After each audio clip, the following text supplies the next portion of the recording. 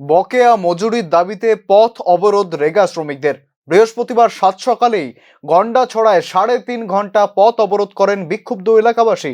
DCM এর আশ্বাসে উঠল অবরোধ। রেগার কাজ শেষ হয়েছে প্রায় 3 মাস আগে, তবে এখনো পাননি মজুরি। আর্থিক সংকটে ধলাই জেলার গন্ডাছড়া মহকুমার ডুম্বুরনগর ব্লকের পখি ত্রিপুরা পাড়া এবং কামদেব পাড়া সহ আরো কয়েকটি গ্রামের রেগা শ্রমিকরা। তাদের অভিযোগ, মজুরি আদায়ের জন্য বারংবার ঘুরে এসেছেন বিভিন্ন অফিস কাছারি। ডম্বুরনগর বিডিও জেমস ডার্লাং এর কাছেও গিয়েছেন বেশ কয়েকবার, তবে মেলেনি কোনো সদুত্তর। অবশেষে বাধ্য হয়ে বৃহস্পতিবার সাত সকালে গন্ডাছড়া রৈশাবাড়ি সড়কের পক্ষে ত্রিপুরা পাড়ায় অবরোধে বসেন ভুক্তভোগী রেগা শ্রমিকরা। খবর পেয়ে ঘটনাস্থলে পৌঁছয় পুলিশ টিএসআর বাহিনী।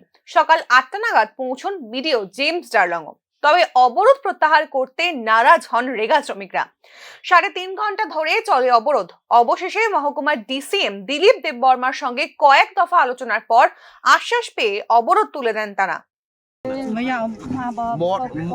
মর লইয়া মাংস লইয়া বাড়িতে ঘুমো, এটা একটু রাগ করছে।